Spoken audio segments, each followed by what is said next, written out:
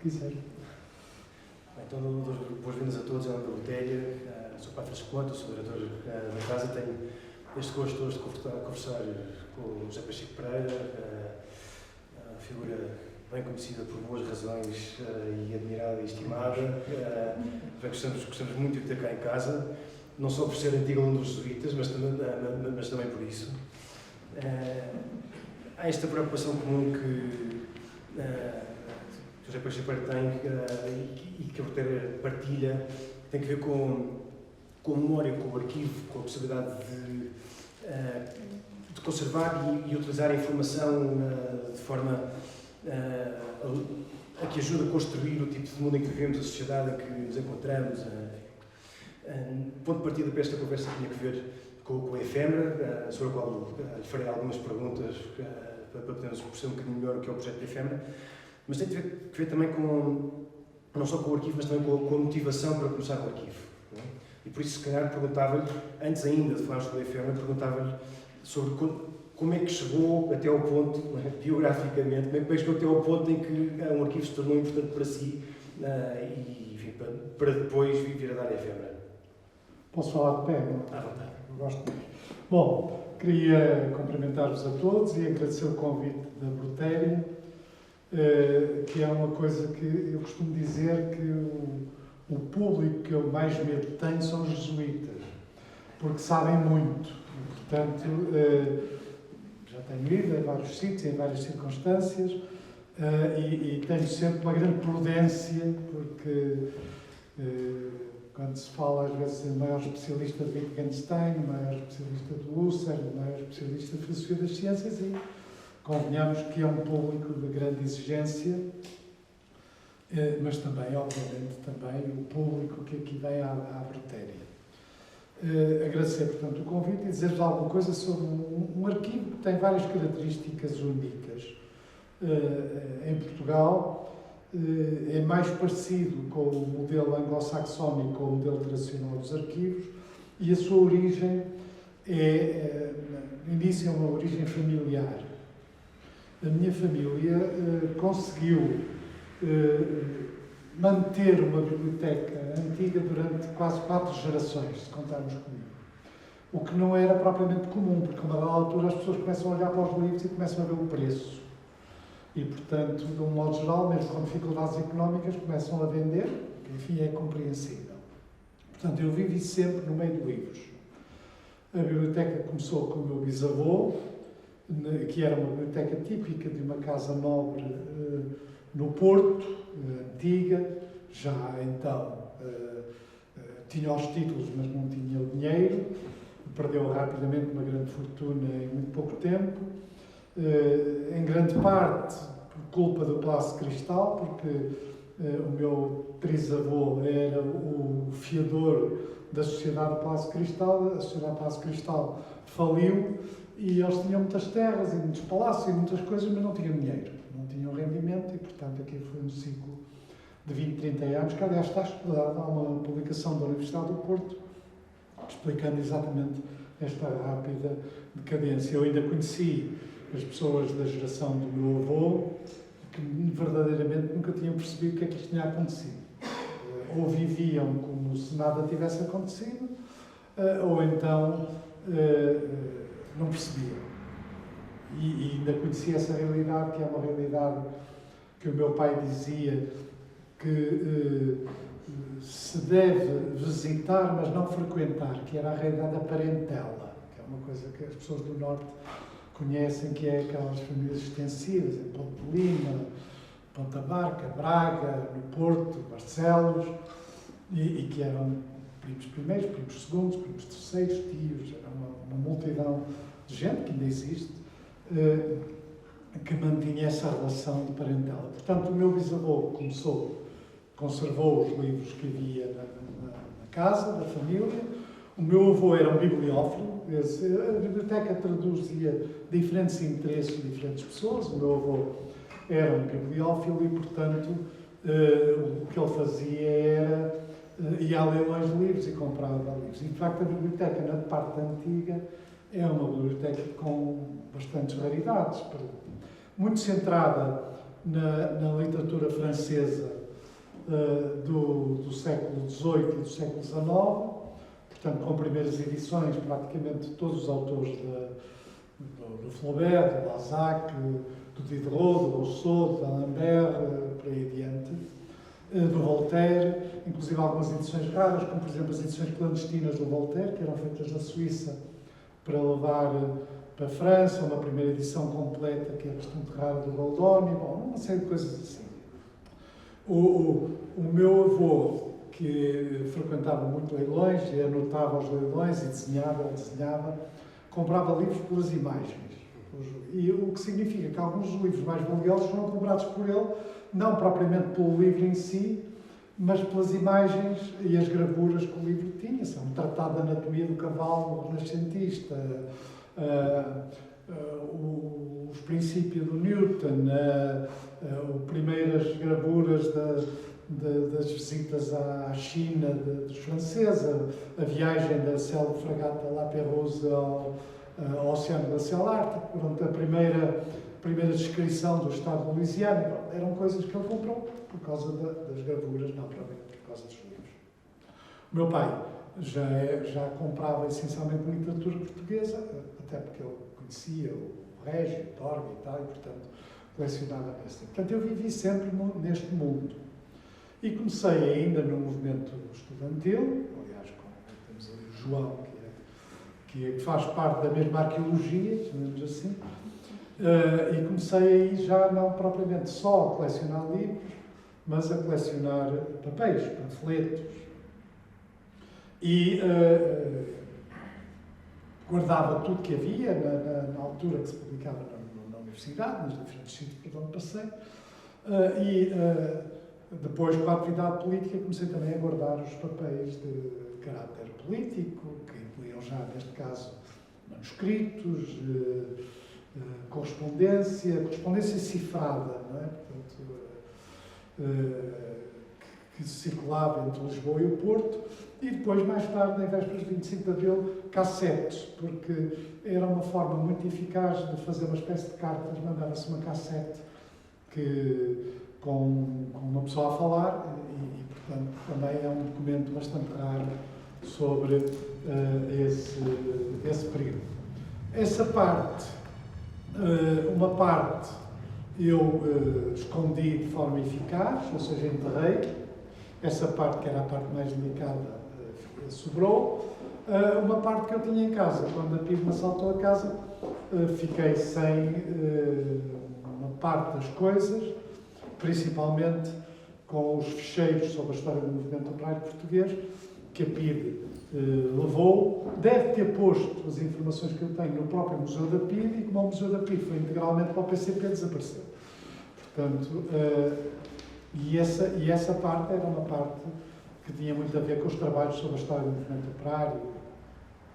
A outra parte, uma parte sobrou, porque a PIDE não teve tempo, era tanta coisa, que a PIDE não teve tempo para analisar, e eu ainda consegui encontrar, depois do 25 de Abril, na sede da PIDE do Porto, os embrulhos que dizia apreendido na Rua Diogo Brandão.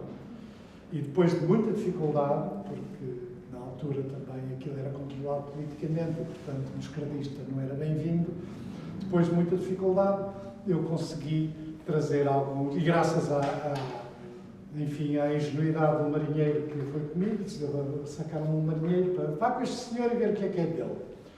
E eu cheguei a um sítio, havia um embrulho, e ele perguntou-me: o que é seu? Tudo.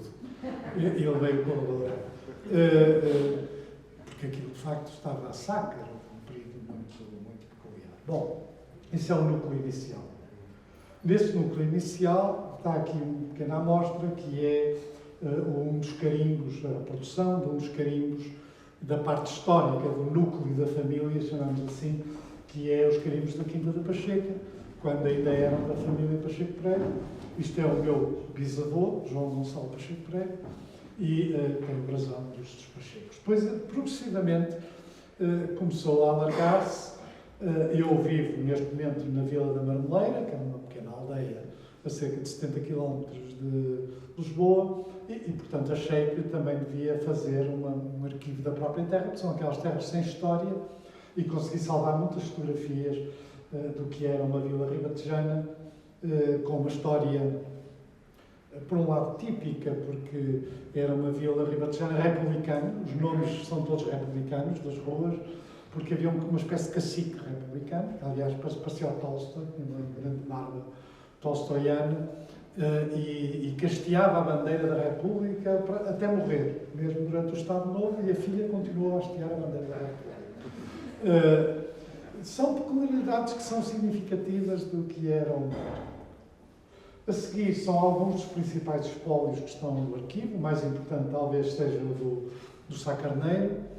Este espólio do Sá Carneiro, que isto é uma pequena parte, depois aquela dispensa está completamente cheia, vai praticamente desde a ala liberal até ao dia da morte. E é o arquivo pessoal dele, que ele escondeu em casa da secretária, da Conceição Monteiro, e a Conceição Monteiro um dia falou comigo e disse-me assim: eu tenho lá uns papéis do Sá Carneiro, você quer? E eu pensei que fosse uma pasta ou duas, e é tudo.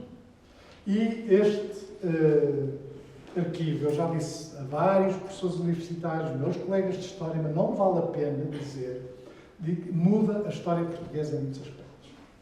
Porque tem um conjunto de documentação, que não é só o problema da documentação pessoal, tem correspondência sobre Angola, tem correspondência com o Presidente Carter, tem correspondência com o Willy Brandt, tem um vasto conjunto de documentação sobre a própria história da vida política portuguesa, e é um exemplo de um arquivo que está à disposição dos investigadores, que quando veem a quantidade, de um modo geral, não mostram muita vontade de continuar.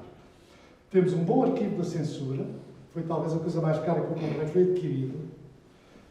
Isto é apenas um exemplo, que são, no fundo, os despachos da censura para todos os livros da literatura portuguesa e, em particular, os boletins internos da censura sobre a censura à imprensa desde os anos 30. Portanto, havia 3 secções, Norte, Centro, Sul, e quando se lêem esses despachos, nós ficamos com uma ideia muito diferente de Portugal.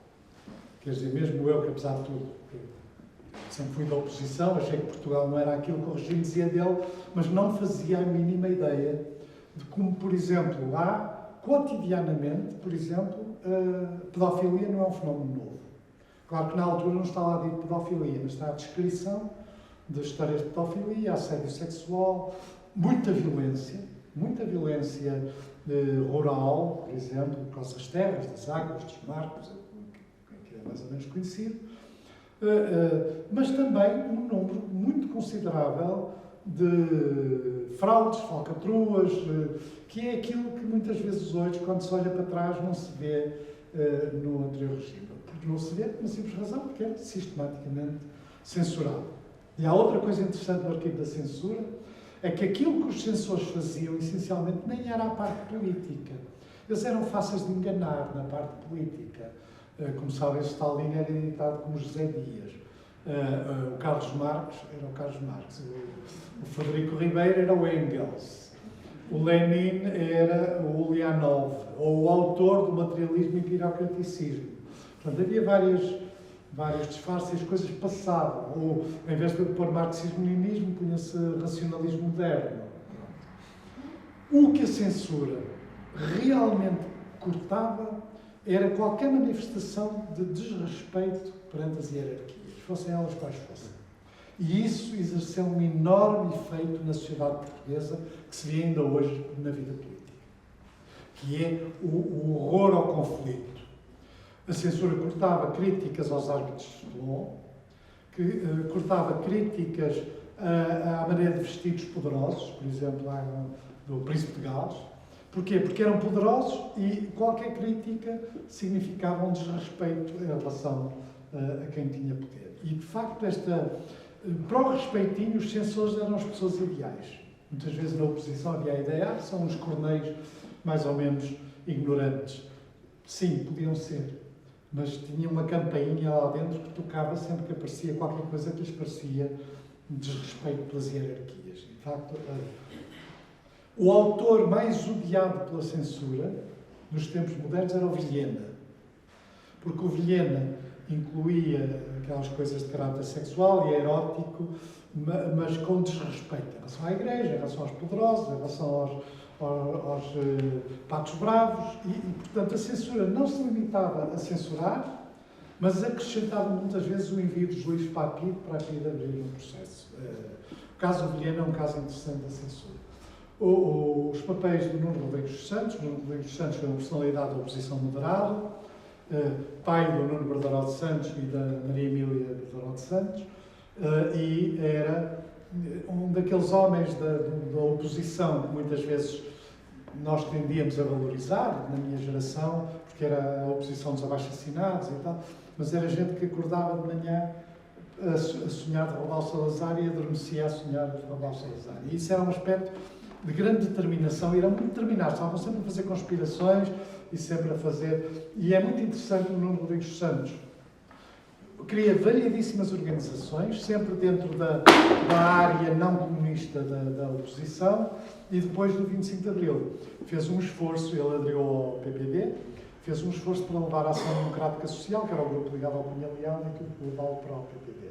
Temos uma grande coleção maçónica, que inclui não só a parafernália maçónica, objetos, há uma verdadeira indústria de objetos maçónicos de todo o tipo, mas também, em alguns casos, a documentação integral de algumas lojas que abateram as colunas, portanto, fecharam.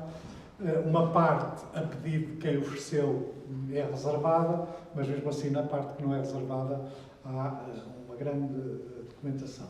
O espólio de Vítor Crespo. Vítor Crespo, que foi reitor da Universidade de Lourenço Marques, Ministro da Educação várias vezes e Presidente da Assembleia da República, e químico. No espólio dele vinham vários produtos químicos complicados, não é? Uns radioativos, outros venenosos e tal, vinha lá misturado no meio dos livros e dos papéis. Isto é o gabinete dele, que nós conseguimos reproduzir, porque a filha ofereceu o conjunto das coisas, portanto, a biblioteca, que é os papéis, e é particularmente interessante por vários aspectos. Por um lado, porque ele gravava as reuniões às escondidas. E, portanto, significa o que é ouvir, por exemplo, o Veiga Simão e os técnicos da Universidade de Sarre a discutir a reforma Veiga Simão, no fundo, e a criação da Universidade de Lourenço Marques. Com a coisa anedótica de que não se deveria fazer uma faculdade de Economia, porque a Economia não era uma ciência. Portanto, eles fazem essa discussão.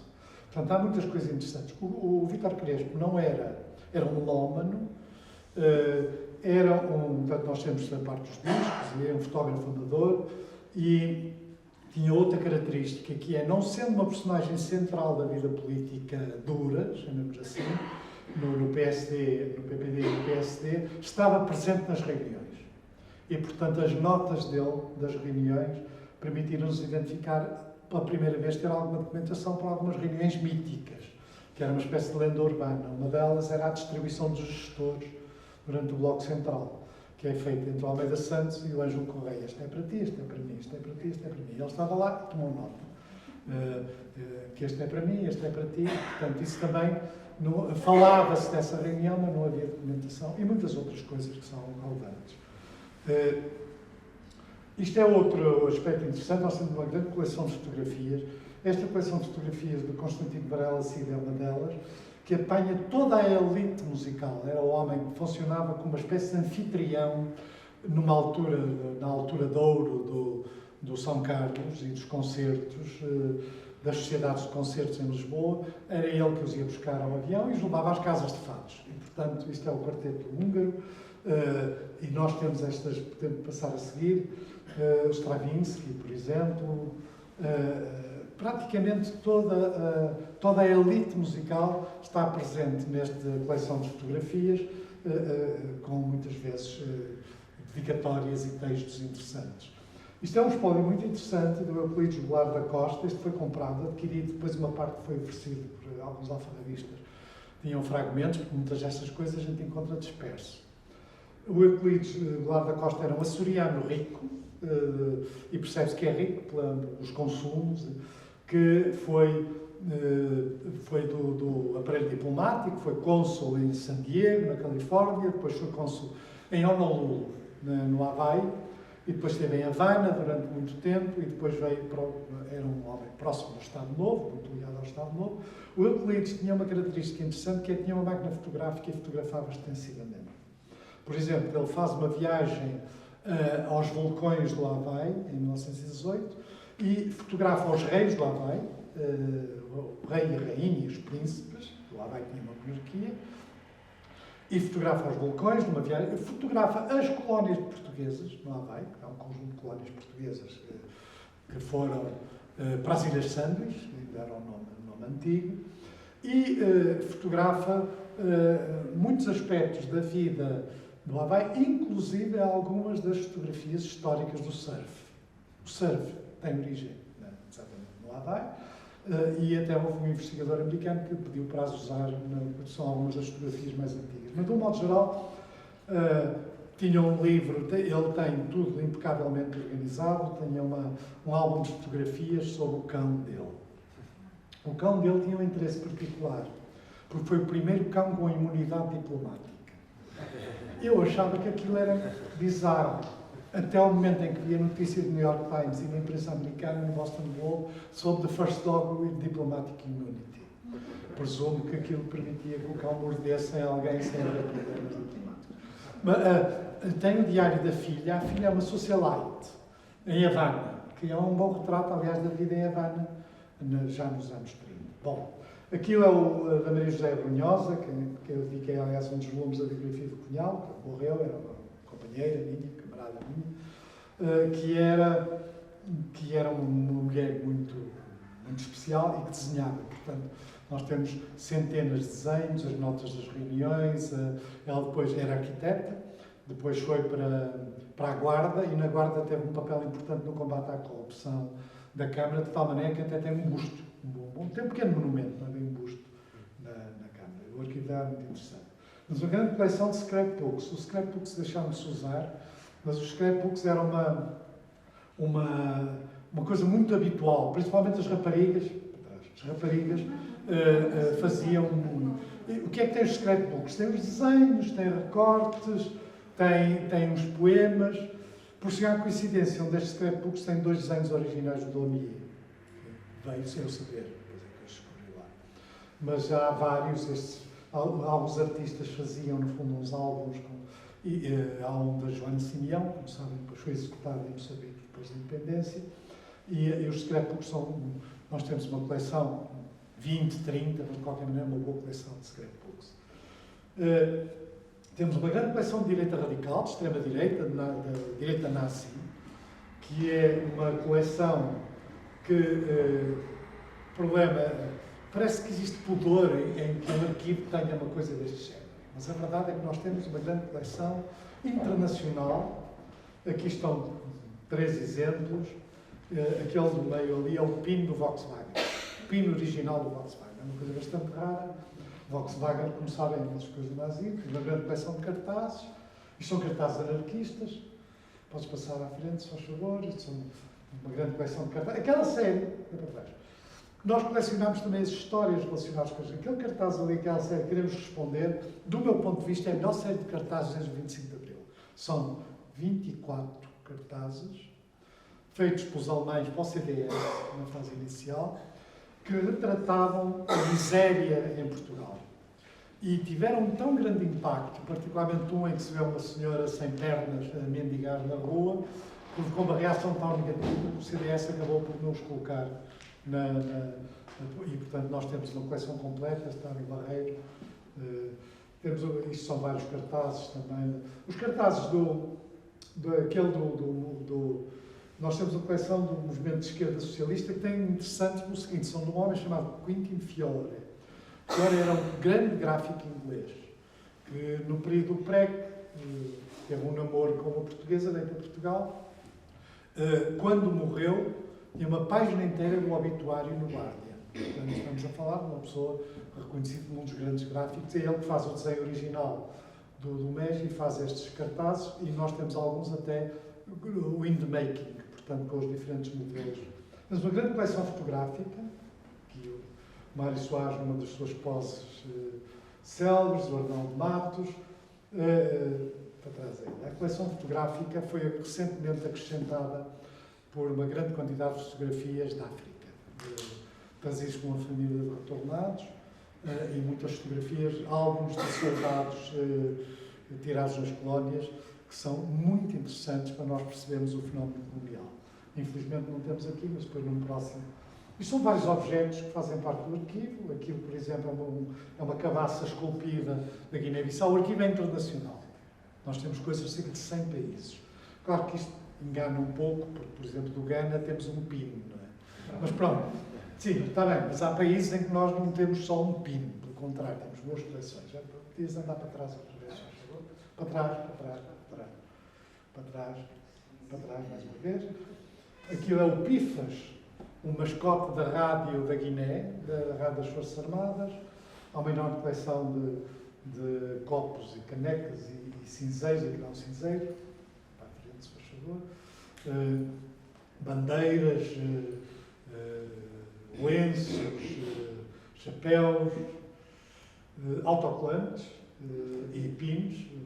Uma grande coleção, uma coleção, aliás, de pinos que já esteve exposta em vários sítios, já está pronta para ser levada, de fanzines, de novo portugueses e estrangeiros, podes passar, se faz favor, de partituras. As partituras são graficamente muito interessantes. Nós estamos a pensar organizar para o próximo ano uma exposição de capas de partituras, porque são de facto muito interessantes e nós temos 400 ou 500 partituras com interesse. Temos uma grande coleção de publicidade antiga, uma parte da qual veio de um homem sobre o qual nós publicamos, ali são os livros e as publicações, para quem quiser pode ver naquela coisa, do qual nós publicamos uma biografia, uma espécie de biografia, um tratamento da correspondência, Maurício Pinto. Maurício Pinto era um comerciante da Figueira da Foz e na Figueira da Foz ele fez uma coisa pouco comum, que era comerciante da maçonaria, republicano, da oposição. O que é que ele fez? Ele colecionou a publicidade dos produtos que vendia. E ele vendia desde peças de tecido até tintas para barcos. Eram daquelas lojas que tinham tudo.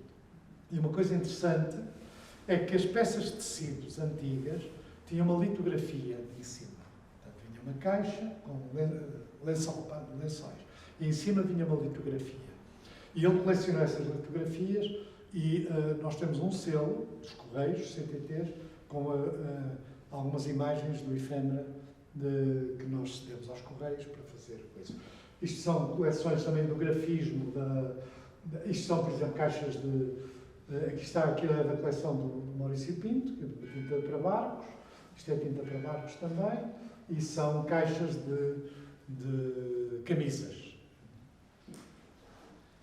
Temos uma vasta coleção de periódicos, eu não sei exatamente qual é o número de títulos, mas deve andar de 25 mil e 30 mil, dos quais muitos são periódicos que tiraram um número, ou 2, ou 3, mas outros são periódicos bastante raros, até bastante raros em Portugal.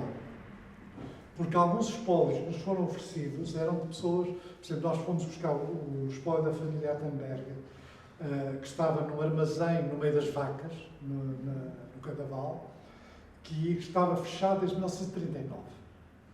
E a família Attenberger tem vários membros, um deles tem uma farmácia em Lisboa, que era uma farmácia muito conhecida, mas um deles que morreu em 1939, realmente quando as arcas foram fechadas, tinha sido membro do Partido Comunista, não sei de qual. Não é? É muito difícil saber se foi do português, se foi do espanhol, se foi do francês, se foi do alemão. Porque a família Attenberger era uma família que veio para Portugal da Alsácia, só que da Alsácia alemã, que também não era muito vulgar, e portanto há muita coisa da relação com a Alemanha, e a coleção da Guerra Civil de Espanha, de coisas que ele colecionava, como as fotografias que ele tirou nas viagens, era uma família também de posses, e portanto, por exemplo, as fotografias tiradas na Alemanha nazi, com as cruzes gamadas atrás, ou então algumas publicações bastante raras, como por exemplo o catálogo da arte degenerada, sabe, que foi queimada e que os nazis fizeram uma exposição. Temos esse catálogo. Bom, a coleção de panfletos que nós agora estamos a organizar um novo armazém, pela primeira vez temos espaço para poder organizar. não sei exatamente quantos é que haverá, mas entre 400 mil e 500 mil. Foi o que eu fiz hoje, aliás, hoje desde manhã, com uma equipa de voluntários, estivemos a separar por entidade emissora os panfletos, e é de facto o arquivo é internacional, são aqui vários exemplos do DQP, do Partido Comunista Alemão. Aquela urna ali foi oferecida pelo Presidente da Generalitat da Catalunha. Já naquele período conflitual, foi a urna do referendo catalão. Ele trouxe cheio de coisas da Catalunha. Temos uma grande coleção da UNITA. E fazemos outra coisa, que é uma equipa de voluntários vai documentar as manifestações, os protestos todos. Começámos há coisa de 10 anos para cá, principalmente há 6 anos, e o que nós fazemos é retratar todos os protestos. O que significa que, em alguns casos, nós temos documentação que ninguém tem, porque, por exemplo, temos as manifestações contra as vacinas negacionistas, as primeiras não aparecia um único órgão de comunicação social. Nós não só temos fotografias, depois a Rita Maltese é uma das pessoas que faz parte dessas equipas, que são 140 por ano, manifestações que nós cobrimos, e mesmo assim não conseguimos cobrir tudo. Depois não recebemos também dos outros sítios do país. E significa que estas manifestações têm relação, por exemplo, aqui, fomos praticamente os únicos que fomos falar com os camionistas de matérias pesadas. Isto é exatamente um dos piquetes de greve dos camionistas e temos muito material dos camionistas que ninguém tem. E isto são as manifestações em França do Gilets Jaunes. Foi, aliás, a Rita também lá foi, e isto foi... corre-se riscos a fazer isto. Quer cá, quer lá. Ir sem máscara, ou ir sem máscara, ou com máscara, ou uma manifestação negacionista é arriscado, porque são muito agressivos. Aqui foi debaixo do gás lacrimogéneo e das bombas. Nós temos uma excelente reportagem, das melhores reportagens que existem sobre o Gilets Jaunes em Paris. Fazemos outra coisa, que é, com um conjunto de voluntários em todo o país, cobrimos as paredes, ou seja, fotografamos sistematicamente o que se encontra nas paredes e publicamos periodicamente as ruas e paredes, com a indicação, evidentemente, de onde é que isto pode passar. Este é o cartaz que nós prezamos mais. E se pensa que o trabalho intelectual é leve, é trabalhar connosco. Portanto, que é não nós mostrarmos.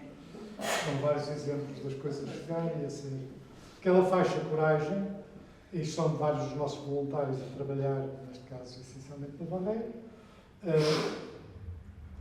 Isto é em Espanha. Nós temos um acordo com os espanhóis, periodicamente vamos à Espanha, lavamos o carro cheio de coisas para os espanhóis, e os espanhóis trazem de vários sítios de Espanha coisas para nós.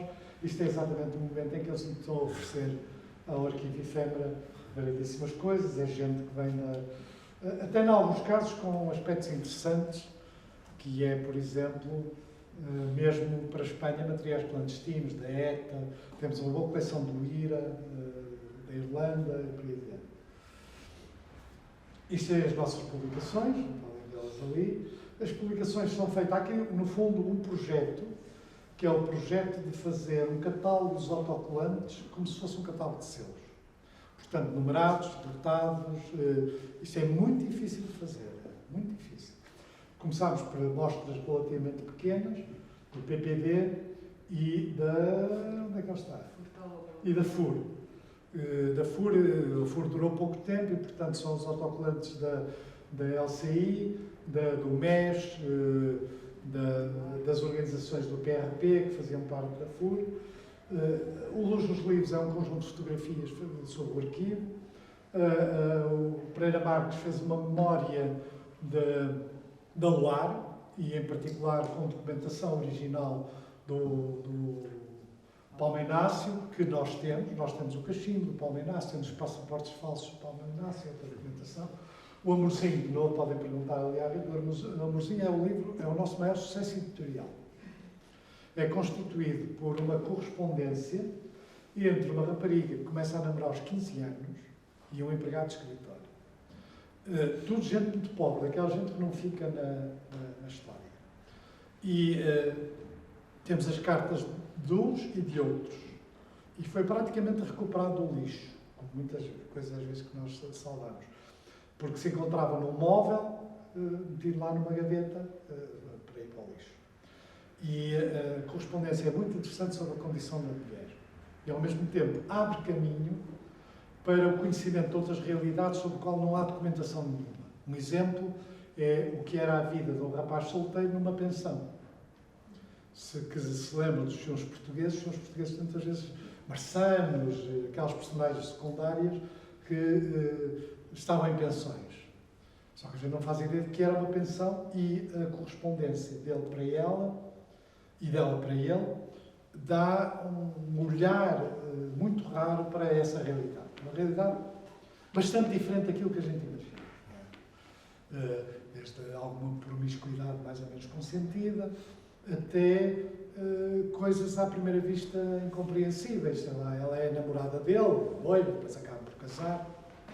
Há toda uma história da aprendizagem sexual que é também muito interessante, porque ela não sabe nada e ele sabe mais. Mas, por exemplo, ela manda-lhe uma criadinha para lhe lavar as costas à pensão. Quer dizer, não sei como é que ele lavava as costas. De qualquer maneira, há pequenos detalhes que são muito interessantes para a história do cotidiano que não ficaram em mais sítio nenhum. Foi em que década?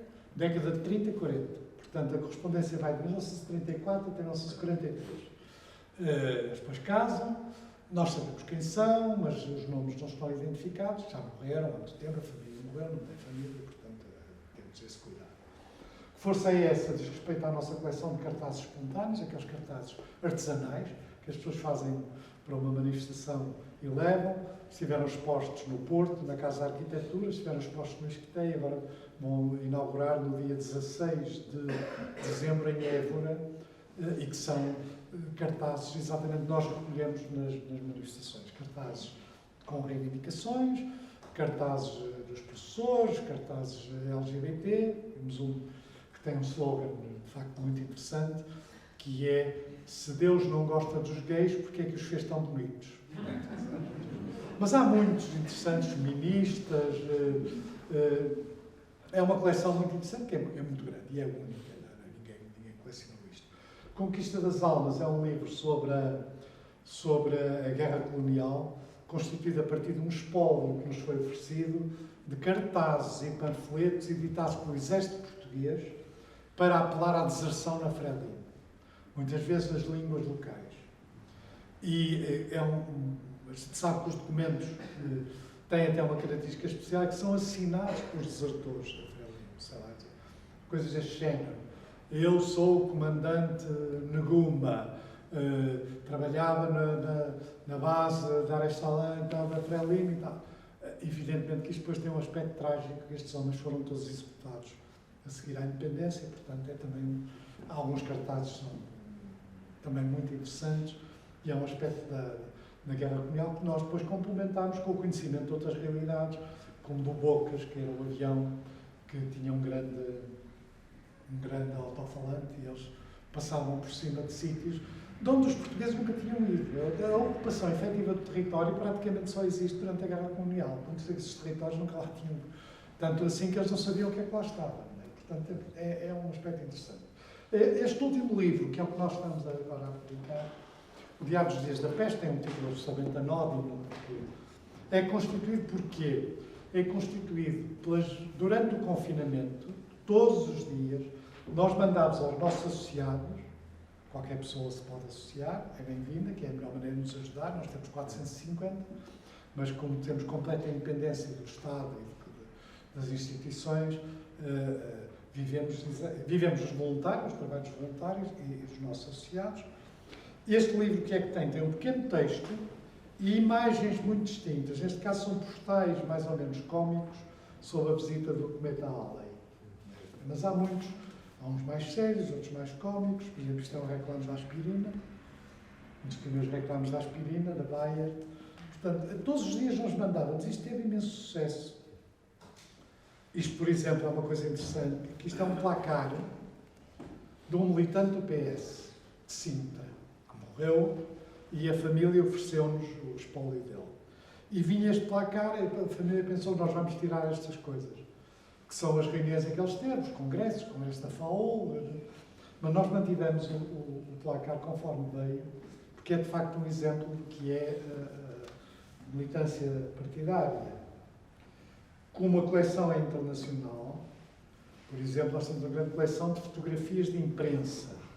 As fotografias de imprensa são únicas, por uma razão. A fotografia pode não ser única, mas na parte de trás tem colado o despacho da agência e os comentários do jornal. Eu comprei, isto foi adquirido, comprei alguns espólios de jornais nos Estados Unidos, do interior do país. Este é o Jacques Nicklaus, que era, na prática, quem mandava no Partido Comunista Francês, que é um pasteleiro, muito pequenino, muito popular, com uma linguagem, é de facto uma personagem muito interessante.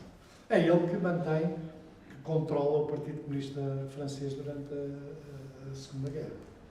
O Torres foi para Moscou e o Nicklaus ficou no interior da França. Este é outro exemplo da nossa coleção trumpiana. Isto é um sabonete para mãos pequeninas. Ao lado estão as mãos pequeninas, como o Trump tem mãos pequeninas. Isto era um dos materiais mais ou menos jocosos que os americanos fizeram. Não é todos os dias que um arquivo português tem esta coisa. Vamos lá ver se eu descubro quanto é que vem. Agora, vir de passagem, eu já vos mostro. É isto. Isto é um cartaz do arquivo efêmero na primeira página do New York Times. Não é? Não é comum. E há várias coisas desse género. São os lápis da censura. Foi oferecido para a própria Viarco, que nos ofereceu os lápis que fazia para os censores, com um lado vermelho e outro lado azul. Nós temos uma coleção destes lápis. E isto também é muito conhecido. Isto é um postal genuíno, que diz, não é bem, que é um rapazinho, que diz que quando for grande quer ser engenheiro para ganhar muito dinheiro. E como o engenheiro que nós conhecemos, imediatamente toda a gente que vê isto associa ao engenheiro. Mas é um cartaz com um bebê Nestlé. Nós temos este rádio, que era usado para ouvir as rádios clandestinas, e a gravura original do António Domingos sobre a audição das rádios clandestinas. Este rádio foi oferecido pelo Magalhães de Vilhena ao António Pinho. O António Pinho era um escritor neorrealista relativamente pouco conhecido, porque estava proibido usar o próprio nome. E, portanto, tinha que sempre trabalhar com pseudónimos. Nós temos o espólio dele. E a fotografia de capa, para terminar, é uma fotografia de um confinamento. Só que este confinamento é na Noruega, nos anos 40. Ao apelo do rei da Noruega, os noruegueses não saíram de casa durante o dia. E as ruas de Oslo estavam assim, sem ninguém. Bom, não falta o quê? Os cadernos. Nós temos também uma coleção própria de cadernos, serei rápido. Nós temos uma iluminista entre os nossos colaboradores, que aliás fez 2 destes livros, a Maria Mafalda Viana, que escreveu um texto sobre a palavra efêmera, em grego, e fez também a correspondência de Maurício Pinto. Uma memória do técnico dos anos 60, feita pelo Henrique Garcia Pereira, que é de facto um homem. O decálogo que ele coloca ao princípio vale a pena ser lido, porque ele diz agora que eu tenho 60 anos ou 70 anos, acho que muito bem me apetece. Quando há uma conferência que eu não quero que saia a meio. Quando há um filme a passar, eu passo em frente do ecrã da transmissão sem ter que me baixar. É um homem, de facto, muito interessante. E não é o Garcia Pereira do MRPP, é outro Garcia Pereira. É um professor de Minas, jubilado. E a sua fama e glória no movimento associativo vem de os estudantes de direita fizeram uma gincana no técnico. E ele pegou fogo aos fatos de palha que protegiam a gincana. É uma memória muito interessante. 2 destes livros, o Maurício Pinto e o Em Sentido Contrário, que é uma biografia feita pelo filho do pai venerando Nando Matos, e é venerando de nome, não é venerando de uma outra razão, a gente tem que explicar que não é do senhor, nem nada que é venerando. Fazem parte de uma série que nós estamos a preparar, chamada Oposicionistas na Província. Aquelas pessoas que eram da oposição e que são praticamente desconhecidas. O Venerando esteve preso, em Peniche, depois foi um jornalista local, Torres Vedras, seguida da Pós. E isto é o último caderno que fizemos em colaboração com os alunos da Escola António Arroio, que foi uma experiência pedagógica também única, que foi com miúdos de 16, 17 anos, fizeram a prova de serigrafia e gravura a partir de objetos do arquivo. E, portanto, vocês imaginem, aquilo para eles era a mesma coisa que ir à Lua, não é? E então eles escolheram os objetos sobre os quais quiseram fazer as provas e nós publicámos um pequeno texto deles, a fotografia do objeto original e as provas de serigrafia. São desiguais, como é normal, mas algumas são bastante interessantes. Organizámos cerca de 55 programas de televisão, pequenos programas de televisão, cobrem vários aspectos do arquivo. Podes passar à frente, isso tem que se ver na televisão. Organizámos uma grande quantidade de exposições, a exposição no Armazém do Barreiro. Isto são, como estão a ver, a gente tem mais atividade que muitos arquivos institucionais. E porquê é que nós podemos fazer isto? Por causa dos voluntários. De facto, é a nossa grande força. E são as últimas, é a exposição feita na Sociedade Portuguesa de Belas Artes sobre capas de livros, a exposição dos trabalhos dos alunos da Escola António Arroio, uma exposição que fechou domingo no Museu Nacional de Ciência Natural, de História Natural e Ciência, sobre o Covid, que vai agora para Viana do Castelo, e uma exposição que é uma das várias exposições que nós fizemos com os cartazes artesanais. Isto é, quem vai visitar-nos ao Barreiro tem direito a tirar uma fotografia debaixo da faixa das Coragens, que é uma faixa das toupeiras, onde o feminista nos ofereceu o espólio delas. Temos uma equipa de futebol, que é uma coisa bem pouco comum, que, segundo dizem as pessoas que assistiram ao jogo, joga mal, mas é de facto, e tudo isto é gerido por uma associação cultural e são os nossos cartazes.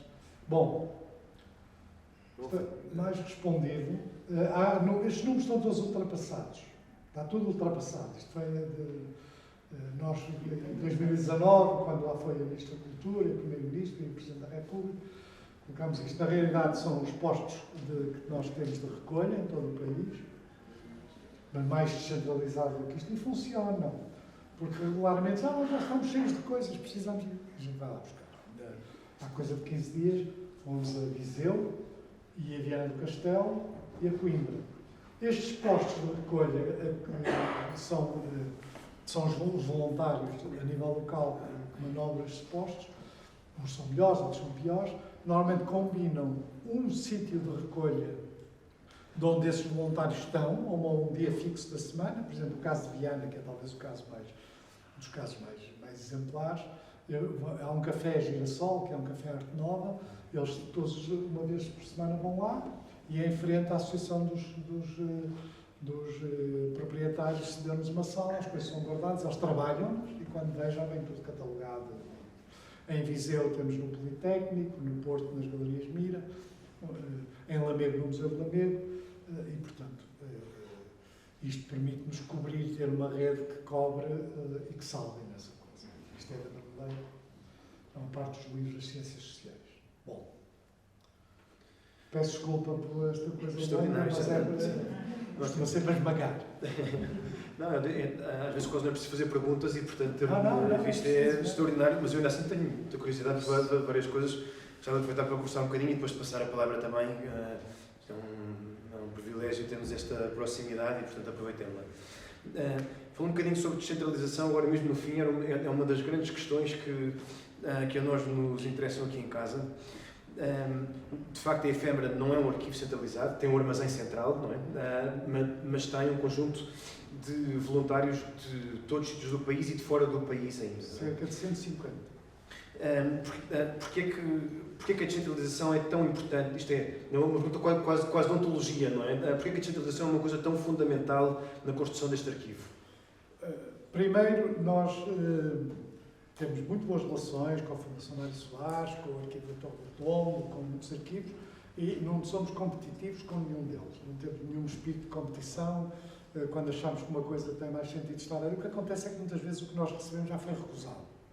Por exemplo, o arquivo do Coronel Sousa Castro foi recusado pelo arquivo militar, é um arquivo fundamental para a história da Revolução e do prédio.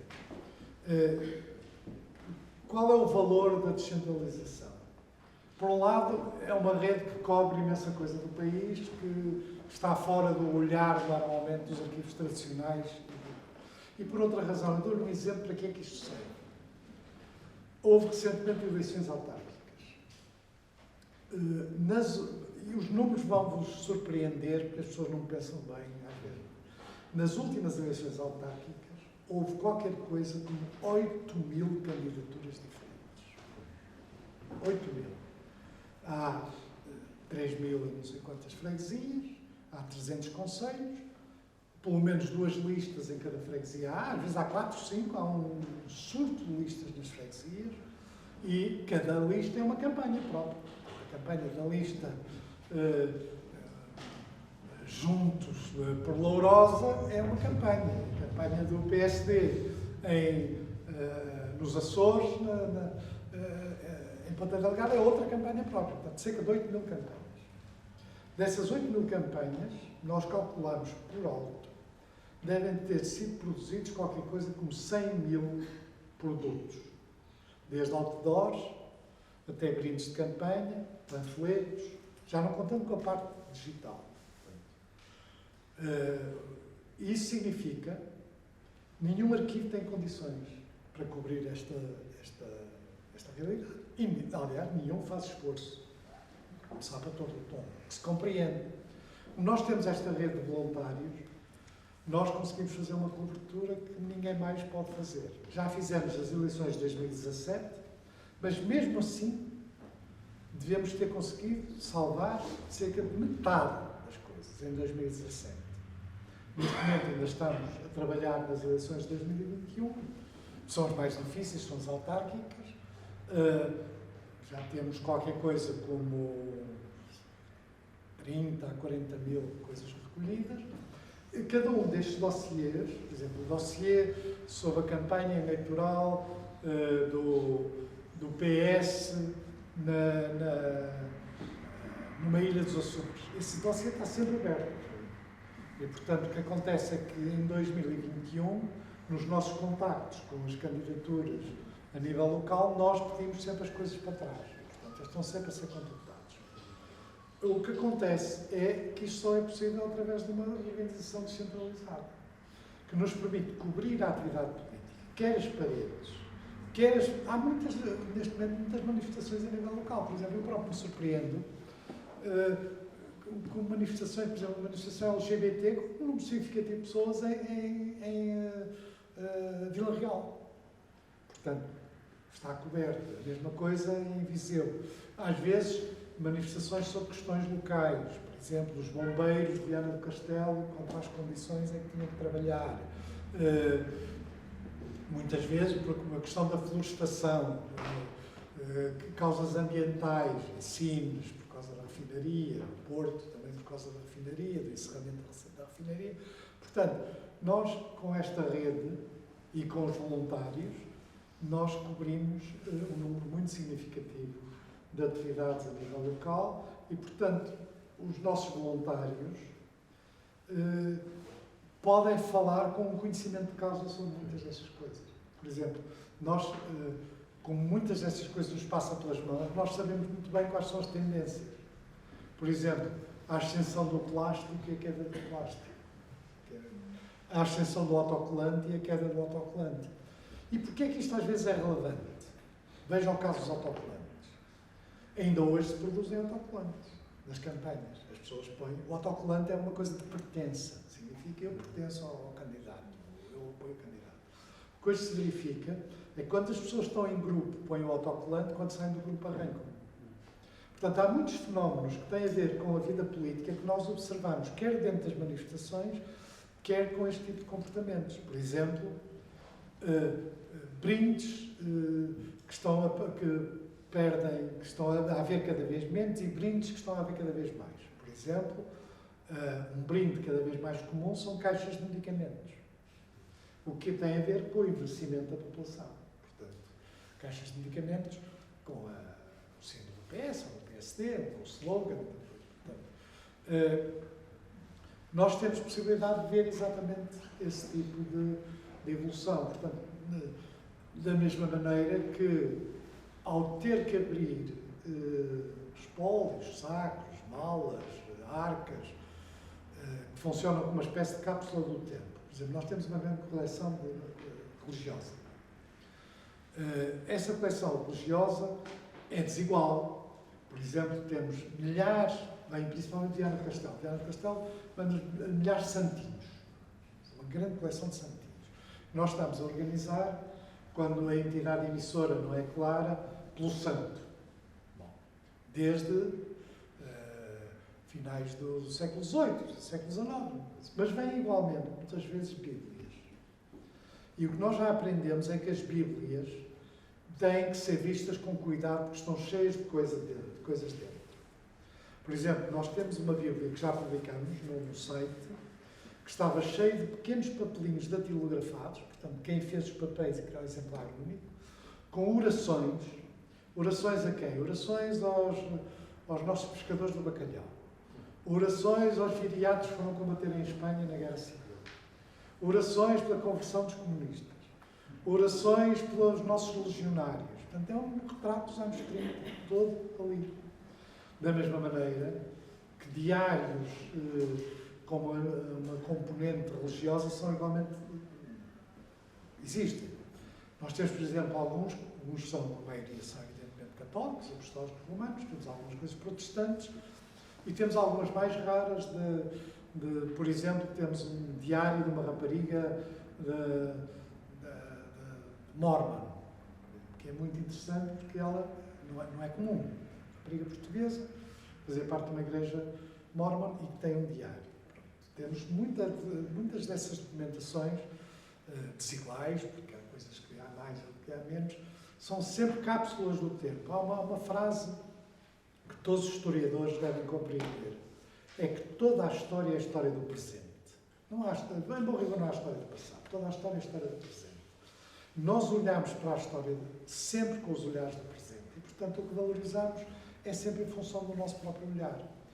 E, desse ponto de vista, mesmo aquelas coisas do passado, há, de facto, também uma relação um pouco exótica com o passado. Porque, de facto, nós descobrimos coisas, às vezes nem sabemos o que é. Há objetos que a gente não sabe o que são. Portanto, há uma... no arquivo efêmero há várias coisas interessantes. Nunca ninguém está aborrecido.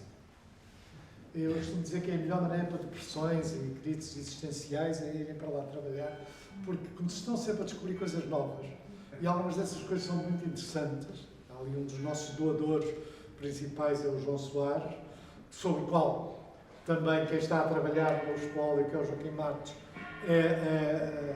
também tem o mesmo tipo de reação. Olha o que está aqui. Porque, em particular, o arquivo, entre várias coisas, o arquivo da editora, da tua editora, é muito interessante, mas outras coisas. Mas isso, por exemplo, é de facto muito interessante. Portanto, há uma permanente descoberta. Nós, às vezes, quando vieram essas arcas, que estavam fechadas em 1939, nós, normalmente, de manhã, quando chegamos ao Barreiro, hoje já há mesas. As pessoas distribuem-se pelas mesas. Um trata da música, outro trata da gastronomia, outro trata do desporto antigo, outro trata do tempo, dos relógios, dos almanaques, outros tratam da parte da fotografia, portanto, outro trata do cinema. Há uma certa especialização nos voluntários. E, normalmente, nós combinamos quem faz o quê. Agora menos, porque já há gente mais especializada em determinados núcleos. Quando havia essas arcas, não adiantava combinar nada. Porque eram tantos, olha o que está aqui, toda a gente acabava por ir para as arcas. Muito compreensivelmente, ninguém queria largar as arcas. Mas nós temos coisas, e associamos a alguns objetos, de facto, a história desse objeto, que são histórias. Por exemplo, eu nunca tinha visto um vestido de casamento propositadamente laico. Nós temos, o vestido foi feito, temos o depoimento da filha, e temos a biografia da senhora e os dados biográficos da senhora, e até uma árvore genealógica da senhora, a senhora do Barreiro, cuja filha nos ofereceu, disse: a minha mãe mandou fazer isto porque queria casar com um vestido especial, mas não queria que fosse semelhante aos vestidos dos casamentos religiosos. Fez um casamento civil. Pronto, aquilo é uma história engraçada associada à roupa, como a outras associadas. E, portanto, isto é não só sobre contar, mas a gente trata de tudo. Eu costumo dizer que é um arquivo omnívoro, comemos tudo. Na verdade, isso significa mais trabalho, porque há casos em que, de facto, nós temos que fazer uma triagem que demora mais tempo. Mas nunca nos arrependemos por comer tudo. Porque mesmo, claro que as pessoas despejam hoje, despejam as enciclopédias, os livros do círculo de leitores, mas nós vamos sensibilizando para os papéis, que os papéis são sempre mais raros que os livros. Portanto, mas mesmo nos livros, vêm coisas de facto muito interessantes. Nós temos uma biblioteca suíça, uma família suíça que veio para Portugal, que é muito interessante, rica, os livros são todos encadernados, e com uma característica que eu, por exemplo, não sabia que existia, que é, afinal, há um patriotismo suíço. Eu pensei que os suíços não eram particularmente patrióticos, mas não, há imensas publicações de caráter patriótico, imensos Guilherme Stella em formato natural, imensos versos patrióticos. Pensando bem, é uma estupidez achar que eles não tinham, ainda por cima com um país sempre independente, que não, mas essas coisas estamos sempre a apreender. Portanto, aquilo não aborrece ninguém. Desse ponto de vista... E descentralização fazemos na prática. Desse ponto de vista, tinha imensas outras perguntas, mas só farei mais esta para dar tempo depois também para algumas perguntas de plateia. Desse ponto de vista, vivemos num tempo com muitas polarizações e com uma certa tendência para a censura.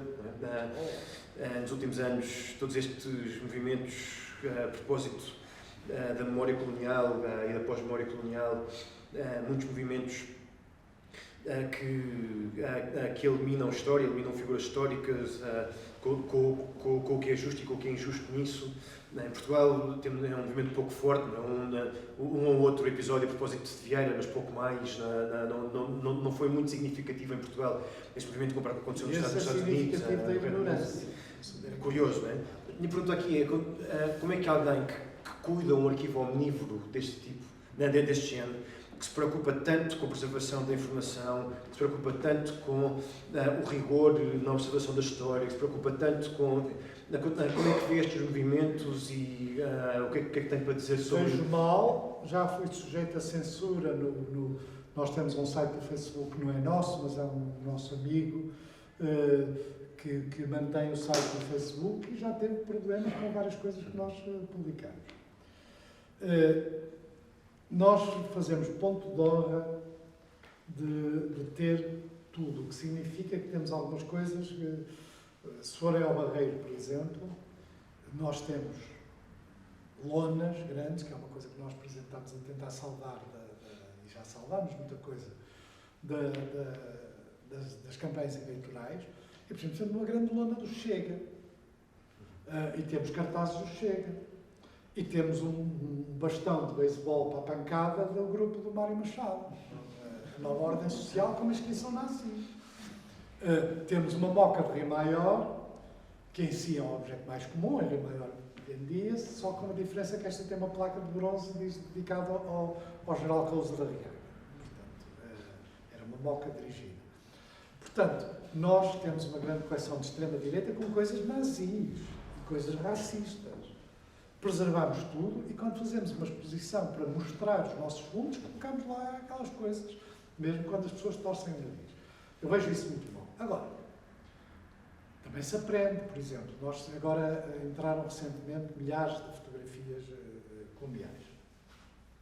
Por exemplo, temos uma família em Angola, uma família muito ligada à administração colonial, rica, mas que está lá desde os anos 20. Portanto, temos de fotografias, ainda por cima, numa parte muito interior de Angola, praticamente na fronteira com o Congo. E o que é que essas fotografias mostram? Portanto, são fotografias familiares e fotografias à volta. Nas fotografias de brancos, só há brancos. Nas fotografias de pretos, só há pretos. Por exemplo, é uma coisa. Sendo que não há dúvida nenhuma que havia muitos crianças negros. E isso a gente percebe logo. Nas fotografias de negros, não há praticamente homens, são mulheres. Principalmente com aquele aspecto de andarem nuas da cinta para cima, que era uma coisa que provocava enorme atenção dos fotógrafos. Mas as fotografias tiradas pela família têm uma componente, chamemos assim, antropológica ou etnográfica, e as mesmas fotografias tiradas nos álbuns dos soldados têm uma componente lúbrica. E, portanto, o olhar é completamente... E estas coisas, quando nós temos que lidar com milhares de fotografias, são muito interessantes e mostram-nos a realidade. Por exemplo, nesse álbum de famílias praticamente não há fardas, até à década de 60. Na década de 60, nas fotografias começam a aparecer pessoas fardadas, portanto, desde o início da guerra. Há muitos aspectos que são as fotografias de soldados, por exemplo, e a correspondência. Nós temos também muita correspondência de soldados para madrinhas de guerra e para a família, mas principalmente até para madrinhas de guerra. Funcionava como uma espécie de psicólogo ou de psicanalista de serviço, porque, no fundo, desde pedirem emprego, no fundo, pedirem conselhos de todo o tipo, nós verificamos também uma evolução na correspondência. No início da guerra, há uma grande interiorização dos objetivos da guerra. Estou aqui em missão de soberania, é uma frase bastante comum. À medida que nós vamos avançando nos anos 60, desaparece a correspondência. E a correspondência mostra até muito enfado sobre a situação. Outro aspecto interessante é o aspecto religioso da guerra. Há uma presença muito considerável nas fotografias de soldados de missas, nos aquartelamentos, que é muitas vezes uma realidade que a gente às vezes não vê, e que nós sabemos, por exemplo, que outros exércitos, como por exemplo o exército americano, a maioria dos soldados americanos eram profundamente religiosos. Haviam zonas dos Estados Unidos onde as diferentes igrejas tinham grande presença. A mesma coisa, por exemplo, nas fotografias de soldados. Mas toda esta panóplia mostra-nos que a ideia de somos completamente contra qualquer censura. O que é que fomos censurados, por exemplo? Publicámos um autocolante que estava numa parede de Paris de um grupo de extrema-direita. Um autocolante anódino, não tem nada especial, mas os censores do Facebook, que são uns rapazes dos quais a gente não sabe quem são e sobre os quais não há recurso, eu fiz protestos com isso, tiraram a imagem. Periodicamente acontece o mesmo com uma outra coisa, não no site principal, só nos aconteceu com os vídeos. Os vídeos que estavam no YouTube passaram a ser classificados para 16 anos. Por exemplo, havia uma manifestação dos restaurantes contra o confinamento, em que uma das personalidades, das pessoas que fez o discurso, dizia uma série de obscenidades. A gente filma tudo, não é? Até na última manifestação negacionista, os nossos jornalistas andam a dormir, não sei se está aqui alguns, andam verdadeiramente a dormir. Na última manifestação negacionista que nós cobrimos em Lisboa, há coisa de uma semana, foram feitas ameaças de morte contra o Presidente da República. Ninguém liga nenhuma. Estão gravadas e filmadas. Um conselho ou anestesista que ia anestesiar o Sr. Presidente da República para se enganar na dose. Ou então uma ameaça de violência física sobre o Presidente do Governo Regional da Madeira por causa das medidas tomadas na Madeira de fazer com que os não vacinados entrassem. Isto é relativamente comum. Os dois não vão lá, mesmo quando alertados para esta realidade, devem achar que é normal. Eu próprio sou ameaçado, recebo ameaças de morte sempre que falo dos negacionistas. Portanto, é uma realidade que nós estudamos, nós acompanhamos. Há vários movimentos negacionistas, nem todos são iguais. Já tem uma componente internacional, ligados a um movimento internacional contra as vacinas, chamado Rosa Branca, White Rose. Já tem laços internacionais, algumas manifestações são simultâneas em vários países. Nós sabemos da realidade muito mais. Porquê? Porque cobrimos e sabemos do interior, porque ouvimos as conversas no interior das manifestações. Sabemos quem manda. Claro que a gente, quando vai à manifestação da CGTP, já sabe que aquilo é tudo direitinho, não é? O serviço de ordem, de um lado e do outro da avenida, toma conta daquilo tudo. No final, vimos aflitos para arranjar cartazes, que eles recolhem os cartazes todos e metem nas carrinhas da CGTP. Pronto, aquilo é tudo. As palavras de ordem são escritas num papel e ninguém desvia das palavras de ordem, mas nas manifestações mais inorgânicas, isso acontece. E é muito interessante a tentativa de fazer manifestações de coletes amarelos, por exemplo, em Portugal, com cenas interessantes e às vezes protestos menos relevantes, com menos pessoas, mas nós cobrimos. Temos 20 minutos mais ou menos para perguntas. Eu pedia que usassem o microfone para ficar gravado o som. Se tiver perguntas, basta pôr o braço no ar, o Zé leva o microfone. Está sempre o primeiro.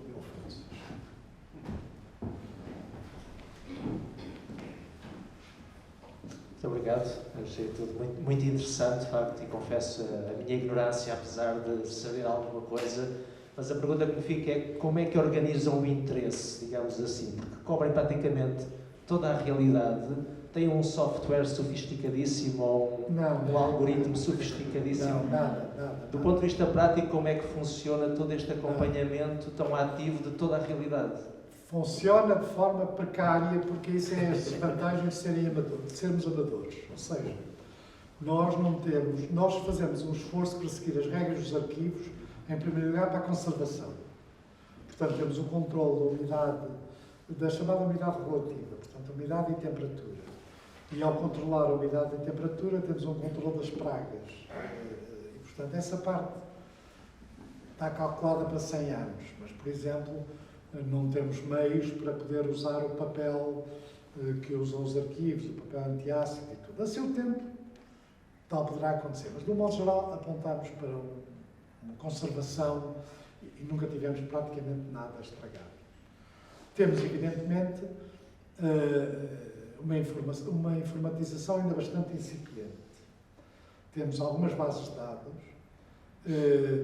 todas elas muito rudimentares, mas todas elas exportáveis para formatos que depois podem ser incorporados em bases de dados já mais profissionais, que é para não se perder o trabalho que, entretanto, é feito.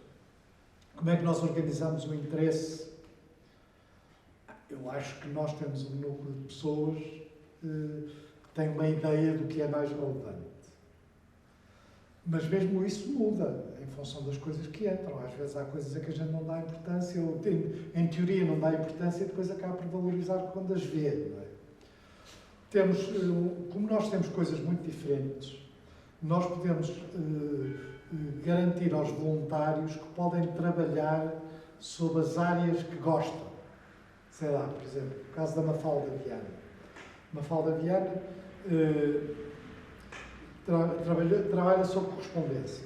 Está a trabalhar neste momento sobre a correspondência do Fonseca e Costa, do cineasta. Nós temos o Explode de Fonseca e Costa. Está a trabalhar sobre correspondência. Há pessoas, por exemplo, o Luís Pinheiro de Almeida está a trabalhar sobre a parte da música. É autor de vários livros sobre os Beatles, sobre a música IEE, tem um site bastante conhecedor, está a trabalhar sobre essa parte da música popular. O Fernando Correia de Oliveira trata de duas coisas. Trata da parte dos relógios, de que ele é certamente o maior especialista em Portugal, portanto, tudo diz respeito ao tempo. Entre outras coisas, faz o anuário dos relógios e, portanto, trata de tudo aquilo que diz respeito ao tempo. Por exemplo, almanaques, calendários, objetos que possam ter ligação com a passagem do tempo, mas também com o núcleo da gastronomia. A gastronomia é mais interessante do que às vezes à primeira vista parece, porque, por exemplo, quando nós encontramos às vezes agendas, às vezes são aquelas agendas clássicas que as pessoas tinham na cozinha, e nós encontramos agendas que passam das avós para as filhas e para as netas, com receitas de caráter diferente. Nós fizemos um programa de televisão com essas receitas, e com uma chefe, não é um chefe masculino, uma chefe feminina, há poucas, e ela o que é que ela analisou as receitas, tirou algumas conclusões sobre a diferença entre as receitas antigas e as receitas contemporâneas. Nós podemos fazer um programa em que comemos, fizemos uma refeição com receitas que vinham numa dessas coleções. E, portanto, outra coisa interessante é observar os livros de cozinha antigos, e mesmo às vezes nas receitas manuscritas, a tenue, a maneira de vestir. Por exemplo, os coquetéis eram sempre servidos por pessoas vestidas a rigor. Quer os criados, quer os patrões. O resto da refeição é servido pelas criadas, vestidas de avental, fardadas. E, portanto, há ali também uma sociologia do comer, digamos assim, que é possível encontrar. É uma questão de ter curiosidade, porque a gente encontra ali, de facto, muito material que pode ser estudado. Agora, a gente tem consciência de que o arquivo de Sá Carneiro, o arquivo de Nuno Rodrigues dos Santos, o arquivo de Sousa e Castro, o arquivo é mais relevante para a história portuguesa. O arquivo de Sousa e Castro tem as atas do Conselho da Revolução. É mais nem menos, não é? E os papéis da Comissão de Extinção da PIDGS, os papéis da Comissão da Sabotagem Económica. Portanto, quer dizer, trata-se de um arquivo fundamental para o período do PREC. Não é? Portanto, a mesma coisa em relação a alguns arquivos menores, que são as únicas coisas que sobraram daquele período. Sei lá, por exemplo, o arquivo da União Socialista, uma organização que existiu no tempo da guerra, no final da guerra, imediatamente a seguir. Por exemplo, é o único, está lá tudo. Isso significa manuscritos do António Sérgio, notas, versões preliminares de documentos com anotações. Portanto, a gente tem consciência de que... Mas, insisto, eu sou um bocado cético sobre a universidade.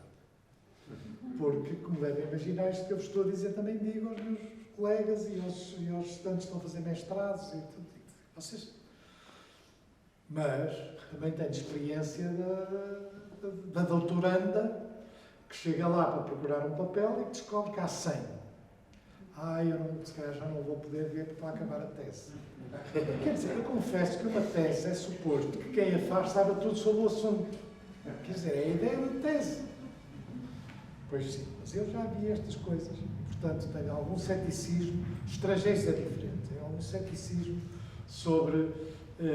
agora a realidade está um pouco a mudar, porque nós temos um acordo com o ISCTE e estamos a começar, mas há um desperdício, num certo sentido. Nós produzimos muita coisa, mas há um desperdício, porque, de facto, quem podia estar a fazer trabalhos de mestrado, trabalhos escolares, sobre matérias que são inéditas e que são relevantes do ponto de vista histórico, do ponto de vista de design, do ponto de vista da história da publicidade, do ponto de vista da história da fotografia, e, pronto, estão salvas. Eu valorizo o facto das coisas estarem salvas. Enfim, não é ideal, porque nós não temos as condições de um grande arquivo, nem sempre é fácil consultar as coisas, às vezes as pessoas pedem para consultar. Nós, enfim, sempre que podemos, colocamos as coisas à consulta, mas às vezes demora mais tempo, há menos condições, também depende de nós termos pessoas para irem, sei lá, por exemplo, neste momento há uma equipa a trabalhar no Hospital Vítor Crespo, na Marmeleira. Mas quer dizer, porque isto distribui-se por vários sítios. Na Marmeleira são 6 casas, então onde estão os arquivos mais preciosos, porque é que tem melhores condições de segurança e de controle. Mas quer dizer, tem que lá estar alguém, às vezes não está, e portanto... Ou seja, não é perfeito, mas também é o preço da nossa independência, não sei dizer. Vamos ver. Isto vai, a uma altura, a um boom. Outra pergunta?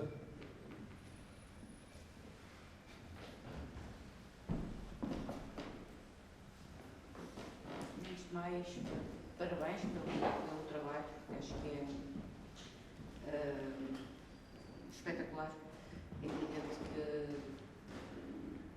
que já tinha ouvido e falado, ouvido várias intervenções suas e não só sobre, além dos programas de televisão, que acho que vi todos, mas pronto, a minha ignorância é enorme nestas coisas. A minha pergunta tem a ver com como é que espera, ou se é que espera, lidar com a digitalização de muitas destas coisas? É assim,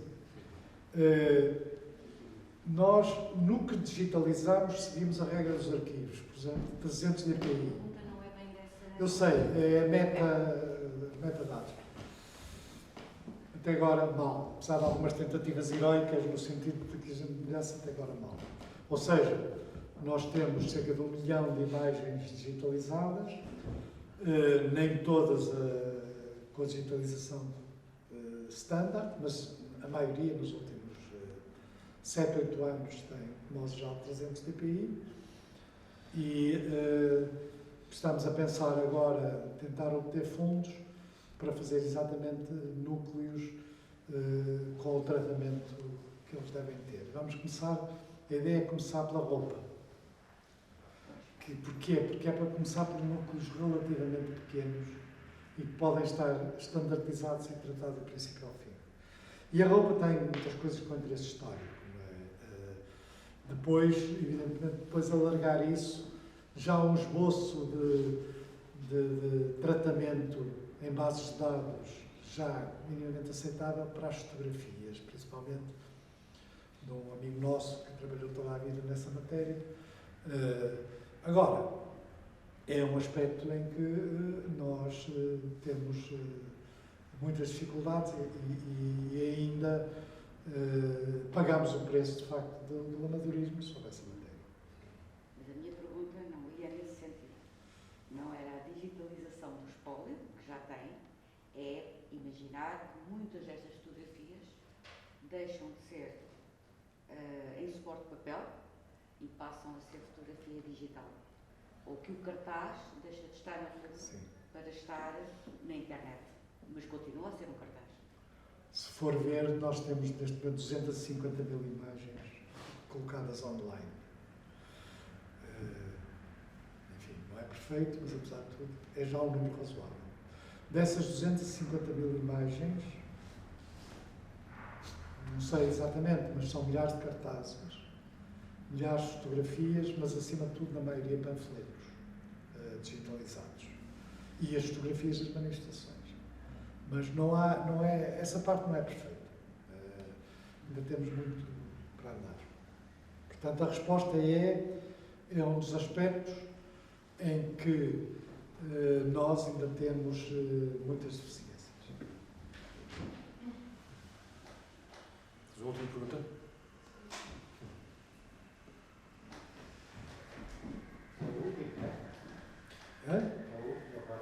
O último, e depois podemos ficar aqui um bocadinho à conversa. É só para quem ainda não tenha a coragem do Garcia Pereira de sair, apesar do espetáculo ter a meio, para poder sair livremente e depois quem quer ficar mais um bocadinho.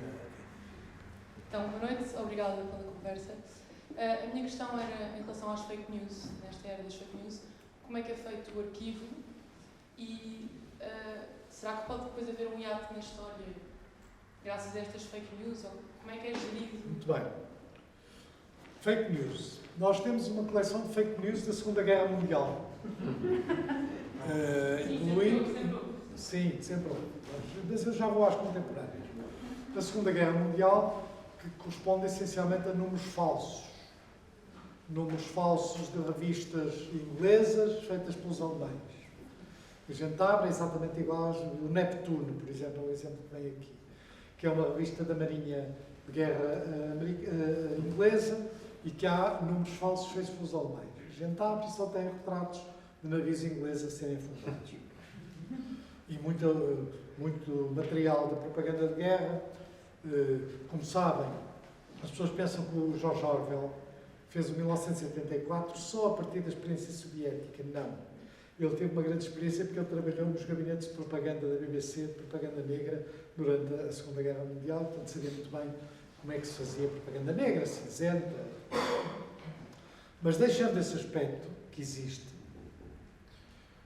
onde é que nós encontramos fake news hoje? Por exemplo, um caso célebre, carta do Rosa Coutinho, dirigida ao MPLA, pedindo ao MPLA para fazer uma série de fuzilamentos e para fazer uma série de coisas. Essa carta circula entre os retornados, em fotocópia. Já me foi uma vez dada por um chefe da polícia que dizia: tem aqui um documento muito precioso. E que eu disse: pois há um problema, é que é falso. Portanto, há para certas realidades documentos falsos que circulam, mas de um modo geral nós temos suficiente experiência para os poder identificar. Mas guardamos. É um elemento importante, guardamos. Eu dei o exemplo da carta de Rosa Coutinho, que é talvez mais célebre. E periodicamente aparece como verdadeiro. Em algumas coisas mais de direita, de extrema-direita, aparece como sendo verdadeiro. A PIDE fazia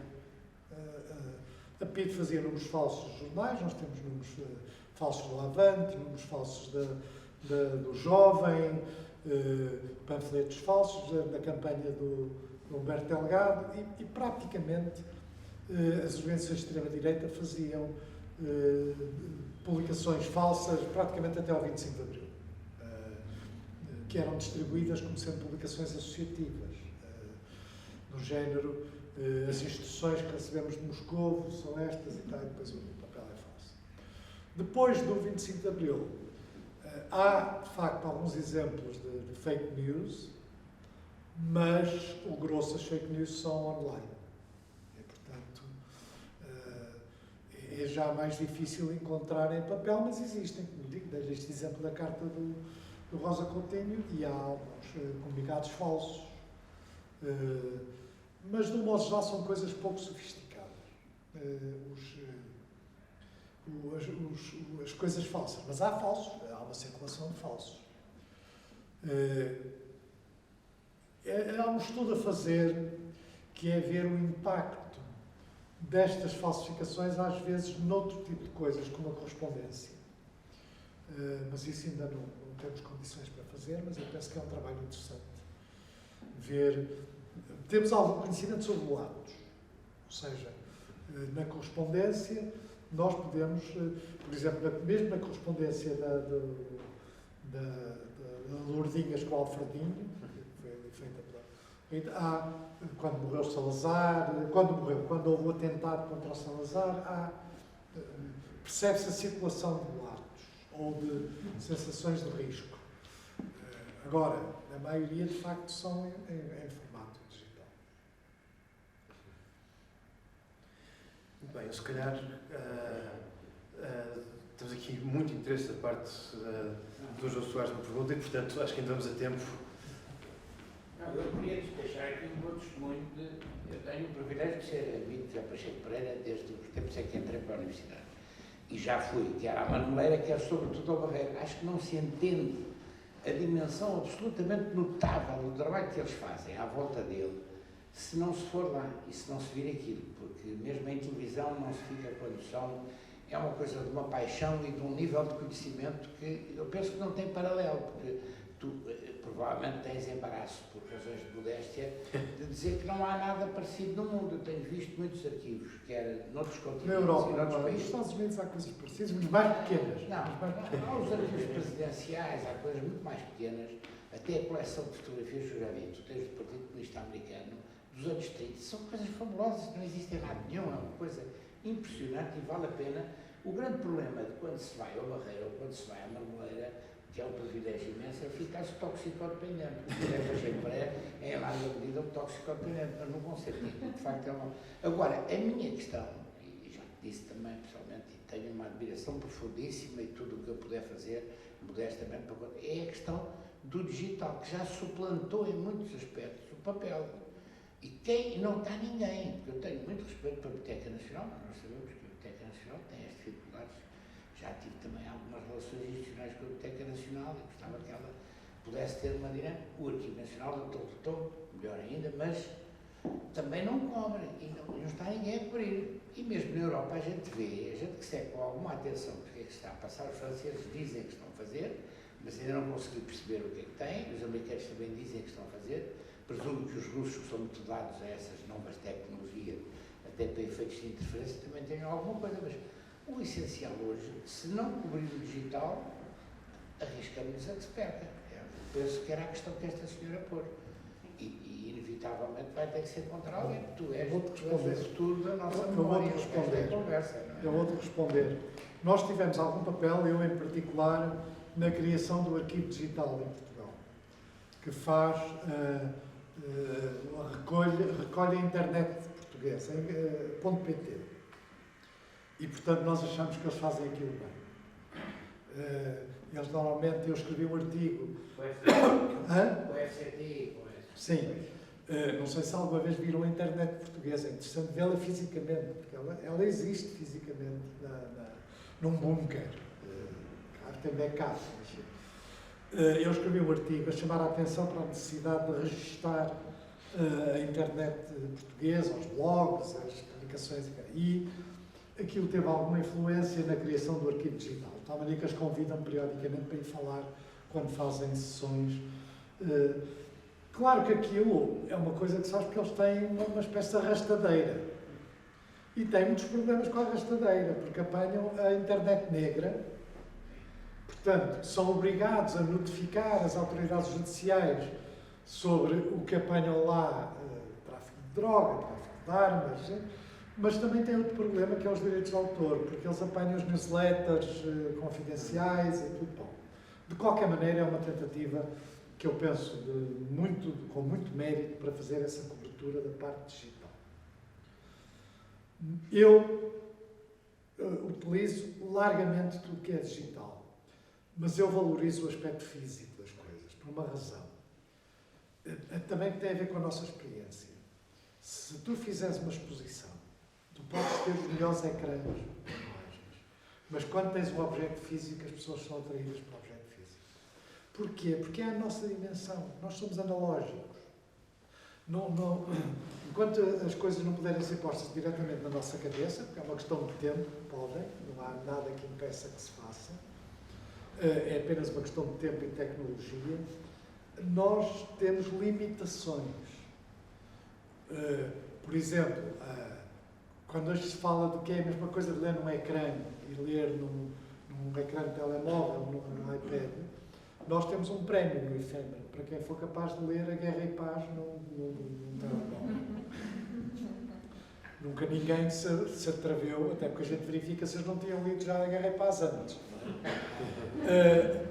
E se a gente desconfia que é A Guerra e Paz, substitui por outro livro igualmente grande. Começa por esse aspecto da extensão. De facto, não é como. E mais, é desigual, porque as pessoas mais velhas não leem bem. E se tu ampliares para ver bem, subitamente o texto deixa de perder sentido, porque uma parte vê-se num ecrã pequeno. Portanto, este mito da juventude também é tudo que nós jovens. Os jovens leem pouquíssimo na internet. Leem pouquíssimo, como leem pouquíssimo, também leem pouquíssimo nos meios digitais. Isto não é nenhuma nostalgia do livro, mas ainda continua a ser mais eficaz como um meio que corresponde melhor aos nossos sentidos. Agora, se eu quiser ver um manual técnico, em que o hipertexto é fundamental, é evidente que é muito melhor online. Isso eu não vou... Para certas coisas o online é melhor. Eu, aliás, dou um exemplo de um texto que deve ser lido em primeiro em papel e depois online, que é Alice no País das Maravilhas. Alice no País das Maravilhas tem aquele aspecto de facto encantador, se for lido na idade certa, por um rapaz ou uma rapariga, na idade certa. Mas se for relido, nós temos uma história de releituras, se repararem nas entrevistas aos políticos, são todos a reler os meias. Quer dizer, não é a ler, é a reler. A gente percebe que, na verdade, provavelmente nunca leram, mas pronto. Mas se relerem a Alice no País das Maravilhas com hipertexto, é outra descoberta do texto, porque a Alice no País das Maravilhas está cheia de segundas e terceiras coisas. Tem a Alice para além do espelho, é uma partida de xadrez. As personagens movem-se como se fosse um tabuleiro de xadrez. O chapeleiro louco. Porquê é que o chapeleiro é louco? É louco porque os chapeleiros enlouqueciam por causa do chumbo que era usado para tratar os feltros. Pronto. As canções de nonsense. O autor da Alice do País das Maravilhas, para além de ser claramente pedófilo, como se vê pelas fotografias que ele tirava, era professor altamente cotado de lógica em Cambridge. Cambridge e Oxford. E, portanto, o que é que acontece? Ele assinou o livro com pseudónimo, mas especializava-se em tirar fotografias a raparigas seminuas. Raparigas, 6 anos, 7 anos, 8 anos, hoje é um crime. E ele introduz uma série de paradoxos e uma série de histórias que as personagens só percebem que o hipertexto é o ideal. Por exemplo, a Alice encontra a lagarta que está a fumar cachimbo em cima de um cogumelo. E ele dá-lhe um bocado de cogumelo a comer. E ela passa a ver as coisas maiores ou menores. A gente percebe que o cogumelo é alucinogéneo. Pronto, mas isso está lá. E muitas coisas deste género estão lá no livro e foram postas intencionalmente. Quem o lê pela primeira vez, ali com 9 anos ou 10 anos, é a história que conta. É um coelho a correr, é um relógio, é a rainha má, e os tipos sempre a correr para não chegarem atrasados, ela a mandar cortar cabeças e tal. Mas depois, reler aquilo é de facto uma outra maravilha. Portanto, as duas coisas são importantes. Mas os textos ficcionais, particularmente os mais longos, em livro leem-se melhor, folheia-se melhor, a nossa memória não é digital, é fuzzy, a gente anda para trás e para a frente conforme se lembra e tal. Portanto, nós, quando as pessoas perguntam, mas que nós temos isso em digitalizado, a gente diz, mandem digitalizado e mandem papel, se existe em papel. Eu digo sempre que é um arquivo patrimonial. Nós queremos as coisas do património, do papel. Se tem, facilita-nos a vida. Outra coisa que a gente faz é pede sempre 2 comunicados. Eu ando na manifestação do CGTP e digo, só tenho lá um papelinho e tal. Dê-me 2. Mas dou-lhe muitos. Não, eu não quero muitos, quero 2, que é para digitalizar é mais fácil. A gente põe frente e verso e sai o documento completo. Portanto, mas, insisto, sabes, os objetos, daí nós damos importância à recolha dos objetos, são o polo de atração.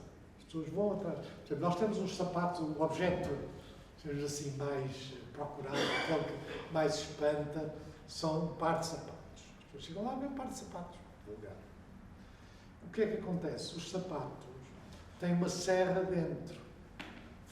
Foram descosidos, a sola descosida, e uma serra escondida pelos militantes da Luar, para quando fossem presos já levavam a serra para a cadeia. E fizeram-se 3 ou 4, dos quais todos desapareceram, menos estes. Portanto, é evidente que isto cria...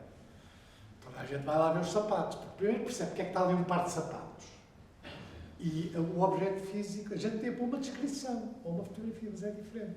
Por exemplo, um objeto que os rapazes da Antónia Arroio e as raparigas gostaram imenso, era a bala daquilo que, tecnicamente, ele explica que era o aparelho de falsificações da Luar. Ou seja, os carimbos roubados ou feitos pela Luar que se destinavam a falsificar documentos. E, portanto, gostaram imenso. É uma mala a desfazer-se que veio de Paris com 50 ou 60 carimbos. Roubados no consulado de Roterdão, roubados em Paris, ou então falsos, feitos a propósito. Porque a Luar contava com a ajuda do Kaminsky. O Kaminsky é o grande falsificador do século, falsificador político. Começou a falsificar na Resistência e acabou a falsificar para os portugueses, para os gregos e para os espanhóis. Nós temos alguns documentos de falsificações do Kaminsky. Eu tenho alguns documentos falsificados, eu ia pôr lá, mas depois já estão lá os do Paulo. O que é que se fazia? Falsificava-se o documento para pedir o cartão de identidade, que era mais fácil de falsificar o registro criminal, por exemplo, ou o documento, do que propriamente o cartão de identidade. Embora também fosse fácil de fazer. De qualquer maneira, depois o documento em si era válido, os papéis é que não eram. Esta história, a gente diz, às vezes temos dificuldade de comunicar isto. Esta história fascina os tipos mais novos, estão logo pendurados nisto. O que é preciso é contar. Depois daqui pode perceber porque é que ele tinha que ter um passaporte falso. Um passaporte falso, por isto, e pode-se começar a contar a história de um homem como o Palma, de facto, é um homem excepcional. Nós entrevistámos, aliás, um dos homens operacional do Palma, que nos contava com mais à vontade, sabe? O Palma pediu-me para assaltar a carrinha do banco, não sei o que, eu assaltei. Depois contava o pormenor. Depois há pormenores que de facto também suscitam a curiosidade. Houve um tipo que vinha na carrinha que desatou a barafustar. O tipo era um tipo enorme, deu-lhe um morro e atirou para o fim da carrinha. Não é que o tipo aquele deu um morro, era o que tinha passado as informações ao lar. Ele depois foi lá pedir desculpa. Mas porque é que ele estava a barafustar? Que era, em grande parte, também para que os outros não desconfiassem dele. Portanto, estas pequenas histórias não são, do ponto de vista histórico, não mudam. Há coisas em alguns desses arquivos que mudam a história. Mas, por exemplo, percebe-se que o PPD, com Sá Carneiro, queria mesmo entrar na Internacional Socialista. Não foi uma coisa de época. Porque encontramos correspondência com o Willy Brandt, com o Olaf Palme, com os trabalhistas ingleses, encontros, e portanto a coisa era... E isso muda a história. Pode ser incómodo em relação às fake news.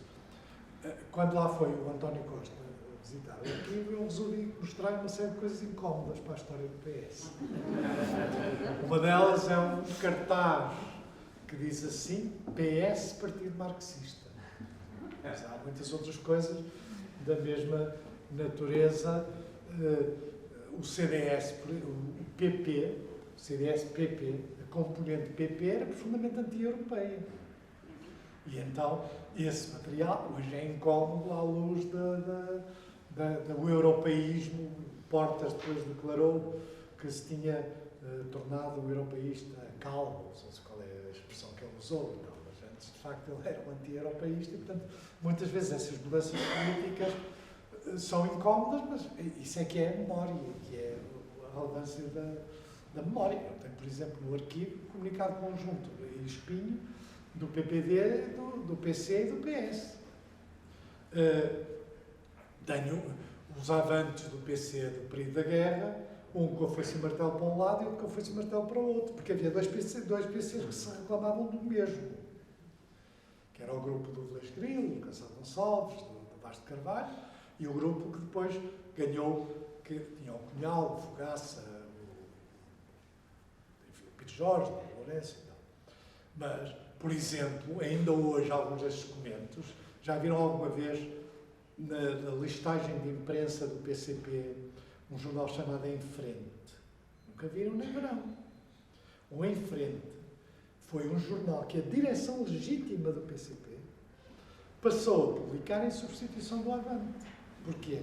Porque a tipografia do Avante caiu em 1939 e eles resolveram mudar o título para um jornal muito mais precário, que chamava-se Em Frente.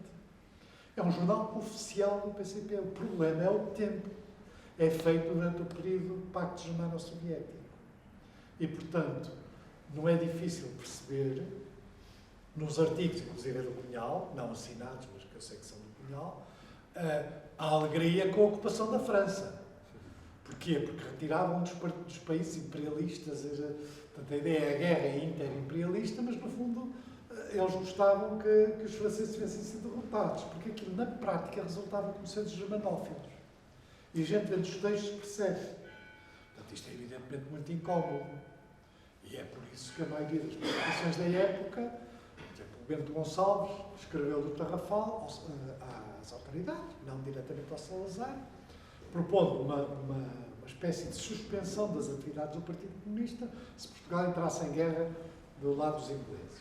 Essa documentação é hoje incómoda, como é depois todo este período do Pacto Germano-Soviético. Estas coisas é aquilo que dão valor histórico no arquivo.